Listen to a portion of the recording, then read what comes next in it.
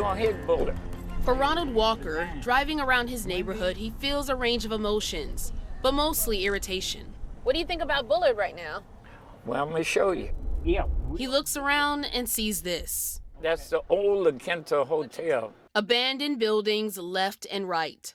From abandoned schools to the Six Flags that's basically a wildlife park, the East has become a haven for empty lots. Sitting off of Reed and I-10, those who grew up here remember the old plaza, the place to be and the place to shop. But the center was already on the decline when Hurricane Katrina hit, leading to commercial casualty that never bounced back. We stopped by the old La Quinta to take a closer look around. You can see right here, there's even a gate left wide open. So if we can just walk right in, who knows who else is doing this? Hotel doors left wide open, windows cracked. So much graffiti back here.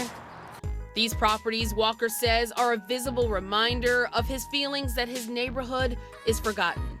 Not just that, he's also concerned about the lack of businesses. This is your places to dine. Wendy's, KFC, now there is the Burger King. But no major restaurant chains. Nothing, you have nothing. See, a lot of people would just go, they'll say, hey, I'll just go to Chalmette. There's nothing out here. In fact, that's become a common thing. If you want a good bite to eat or somewhere to shop around here, sadly, you have to head out. Now here you are at the Twins Bed. Just to compare the two neighborhoods, Walker and I took a short trip over Lake Pontchartrain to Slidell.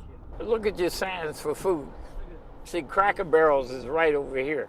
Now look at the apartment complexes. You can clearly see the difference. Now look at all these stores. See, you got a Five Guys restaurant on this side, Dick's Sporting Goods, Kohl's. You got everything. It's like night and day, huh? Oh, yeah. Unlike the East, Slidell has seen steady amount of commercial business growth over the last decade.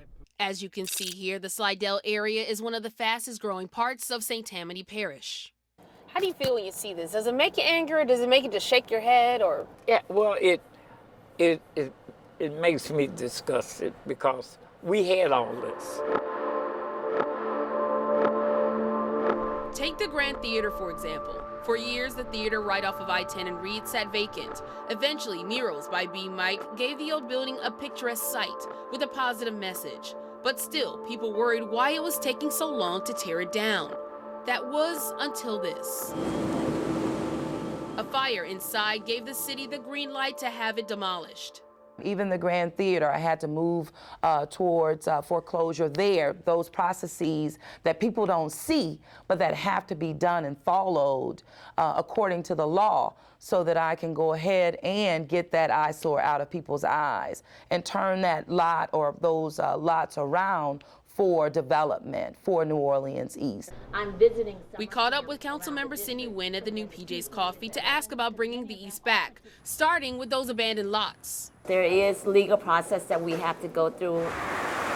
One way of going through that process is working with the property owners to help get their land either cleared or back up and running, like the old Holiday Inn.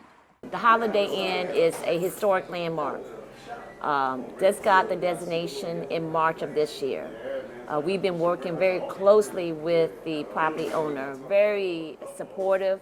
How is that a historic landmark? How did It's 50 years old. Oh, okay. When I got in office, we discovered that and worked with him, and we're very happy that he got the designation. That's going to help him with some additional tax credit to help rebuild the area. As for those vacant properties still standing, she encourages property owners to take responsibility.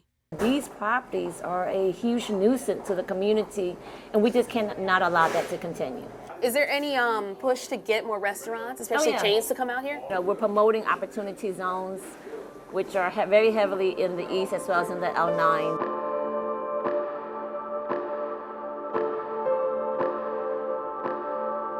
I also know that accessing to capital is a challenge for minority communities, particularly our entrepreneurs. So we're also looking at how can we engage our financial institute to be more sensitive to making capital accessible to minority communities.